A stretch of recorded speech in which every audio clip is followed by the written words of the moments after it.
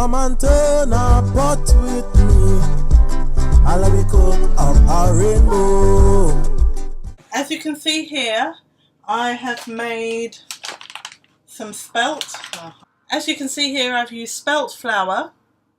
Yeah, it was only about half a packet full. So I used most of it. I just left a bit in the bottom to put on the tray before I bake. So I mix that with water, about this cup full, warm water up to about here. Would I say that's about 2.5 cups? Yeah. Water, warm water, a little bit of hot water and cold water to make it warm. And I added a bit of,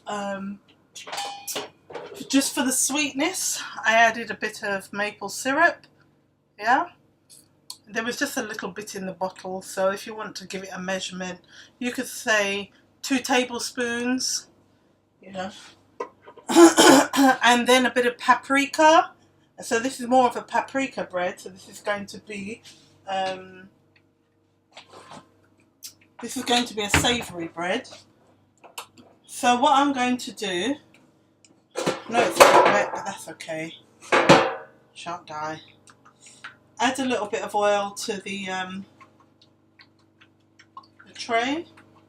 Now there's several things that you can do. I'm going to show you how you would mould it in a mould. So let's say for instance you were going to use this as a mould. You would fill it with flour, because if you wanted the patterns, as you can see the patterns, you will fill it with flour and then put the dough and then leave it to rise a second time, and then you turn it out onto your tray and then it will bake with that pattern. So what we're going to do now, it's been there for about an hour. The oven is at 180. I've left it there a little while, so I'm just going to add a little bit of flour.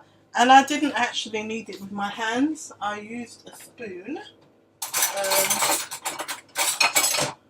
Not posh, but you know, there's some people who may, here you go, may not like their hands, may not like the feeling of the texture. So there's the dough, as you can see. I made it more like a wet dough so that the bread will be really soft, and I just did this and it basically did the action of the kneading, because spelt does not need over kneading. There you go. You can see how it's pulling. So that I will now put into what do you call it, dough balls. So I'll put a bit of the flour here. Make sure you have sufficient flour. If not, you might cheat a little with the ordinary flour.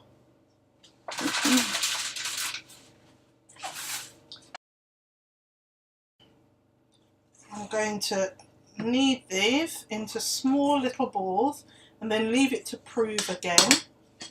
So I'm going to put a bit of oil on my hands so it doesn't just stick to my hands, so I can work with it better. Yeah? So I'll take a little ball of it. Now there's something to note about spelt. So it's like you're kneading it in your hands, just folding it under, folding it under. Yeah? A bit like when I do the roti. Quite the same, similar thing.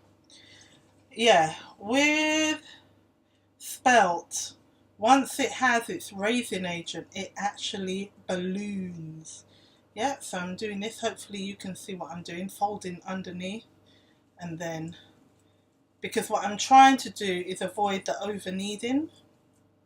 Yeah, it's a very dense flour, so just fold it under, fold it under. If you were doing a big bread, that's what you would do, knead and fold it under. Okay, hopefully you can see it here. And so I have it far enough away from each other, far away, and it's beautiful to work with. It's much better when you have the oil on your hands, then it doesn't stick. As you can see, just looking at it, they're beginning to spread a bit. And that's because spelt, being such an ancient grain and so close to the original, without all of these additives and disease prevention chemicals, etc. in it, that you would find in white flour. My hand's beginning to stick. For that reason, you will find that it will respond very, very, very quickly to your commands. My wish is your command. Again, see the difference it's going to make. Once I've got the oil on, it won't stick to my hands as much. See if I can work with it better. Or be it a lot of oil, but you break that off. That'll be a lovely soft roll. So I will bake these at 180 degrees for about 18 minutes. Well, at 12 minutes I start checking it, and when you tap it, it should sound hollow on the top when you tap. Okay, this is Chef J, and I'm going to show you what happens after. Yeah, come and turn a pot with me. I'll be cook up a rainbow. Come and turn a pot with me. I'll be cook up a rainbow. Yes, you cook in the country and you cook on the sea. Yes, you cook in the kitchen. Now come and cook